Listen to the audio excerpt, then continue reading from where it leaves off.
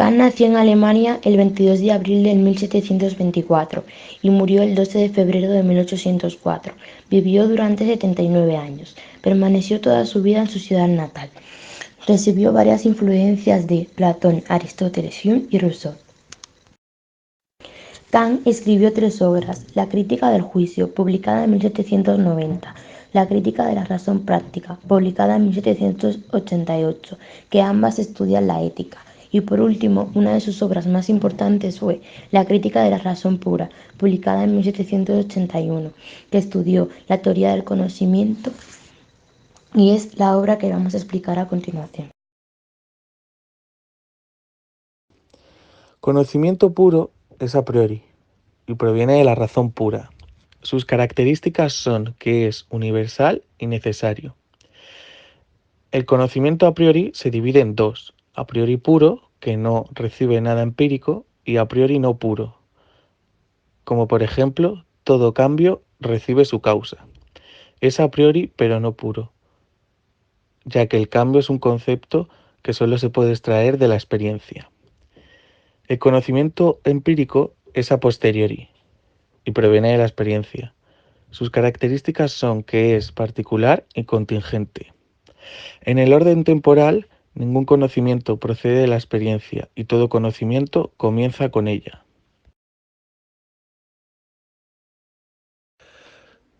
Conocimientos a priori se hallan en el entendimiento común. Pero, ¿cuál es el criterio para distinguir el conocimiento puro del conocimiento empírico? 1. La experiencia nos enseña las características de algo, pero no niega que pueda ser de otro modo. 2. Si se encuentra en un primer lugar una proposición que al ser pensada es necesaria, esta es un juicio a priori, y si no deriva en otra que no sea válida, es un juicio absolutamente a priori. 3. La experiencia otorga a sus juicios una supuesta o comparativa.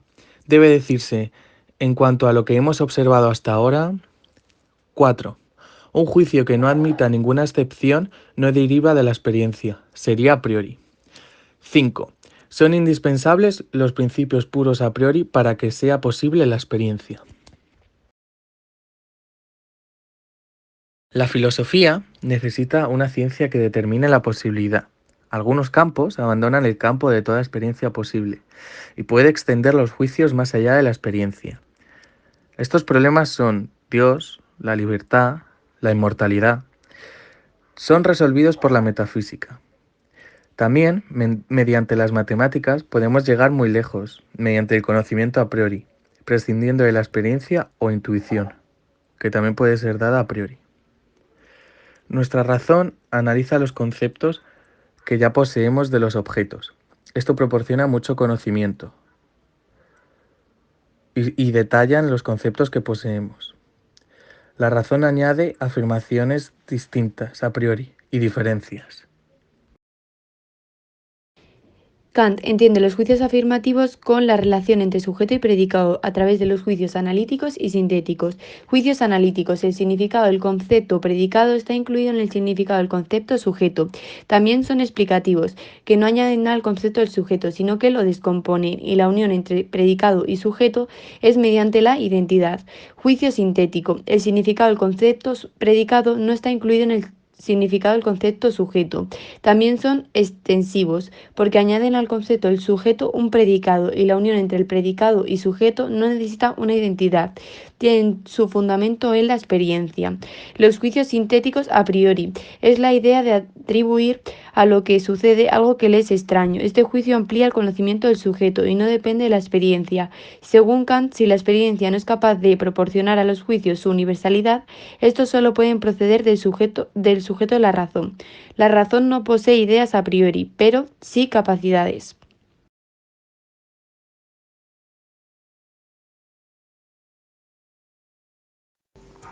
El autor muestra cómo la matemática, la física y la metafísica contienen juicios sintéticos a priori.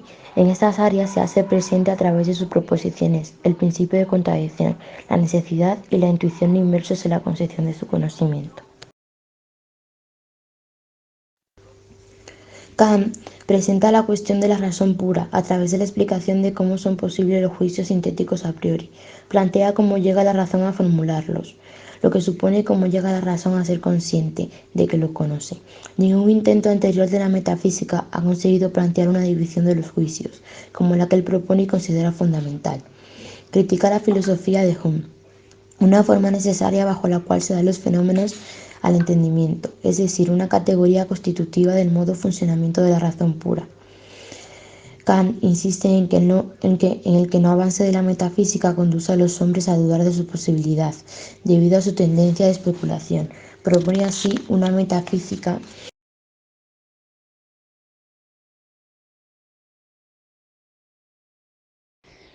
Kant habla sobre una ciencia especial, llamada la crítica de la razón pura, como el conjunto de todos los principios que pueden ser adquiridos, los conocimientos a priori, como preparación para el desarrollo de la verdad metafísica.